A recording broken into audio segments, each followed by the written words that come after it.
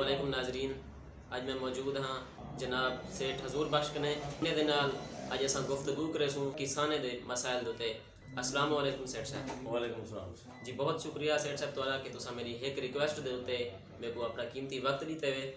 अच्छा सेठ साहब, कपास काश्त थई है चंद दिन पहले, उहदे विच किसाने दा बहुत सारा नुकसान थी गया, फसल नहीं थी सही तरह।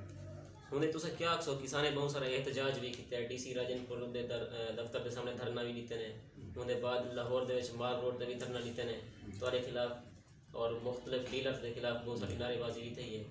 लेकिन क्या होने का मसला क्या है? मतलब मसला यह है कि फसलां पहले तो हम 20 साल तो पेस्टिसाइड भी चेंदे पे, सीड भी चेंदे पे, खादों भी 35 साल तो भी चेंदे पे। बस सीड जेडे हैं जेडे BT ते नॉन BT दे हिंदे च है, बीट दी वजह टैंपरेचर और जगह बर्दाश्त कर सकते सीड, टैंपरेचर ज़्यादा हाँ। दवाएं तो साढ़े सैंपल ही मतलब नॉर्मल थींदे रह वेंदे, हर डीलर ते 2 4 4 8 8 कंपनियां भी मल्टीनेशनल सारे कोल हैं, जेनेरिक भी हैं, नेशनल भी हैं।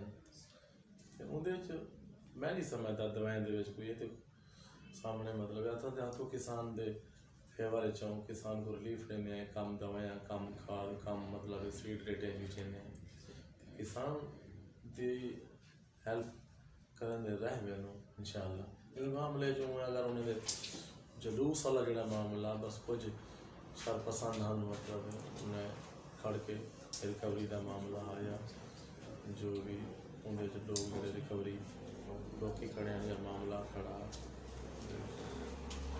अच्छा, किसाने दे इतनी नुकसान होने के बाद क्या तुस उन्हें दी माली मदद वगैरह की थी?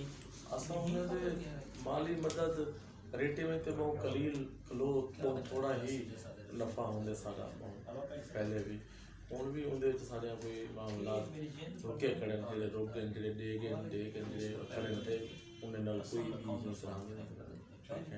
और उन्हें को अगला खाद दवाएं स्प्रे भी देने जो ताकि ये वाल फसलां लावें अपने पेड़ भरते हैं तो खुशहाली कहना जेरे किसान तो सारे नाराज है, उन्हें को अगर पैगाम देना चाहो क्या मेरे मेरे को किसान छोटे नाराज हैं, एक तो मैं उन्हें उधार नहीं देना, मैं नाराज हूं। दूजा मतलब है हुण पसंद ना पसंद हसा दे असा इतना कर 52 साल तो आए शहर दे विच इतना अरसा थी अज ये गल ही करें इन्हें क्या इन्हें हुण क्यों ये रिस्क रज़ाक ते अल्लाह के नाल कोई धोखा कीते से के नाल कोई दगा कीते से के नाल कोई फ्रॉड कीते से के कोई प्लाट ते चढ़ी हो कहीं दे कोई दसन मतलब इवें इख्तलाफ पसंद ना पसंद वो तो बह दलील नाल मेरे को मतलब दसन क्यों नाराज है। बहुत शुक्रिया सेठ साहब, तुसा अपना कीमती वक्त दिते वे। Thank you.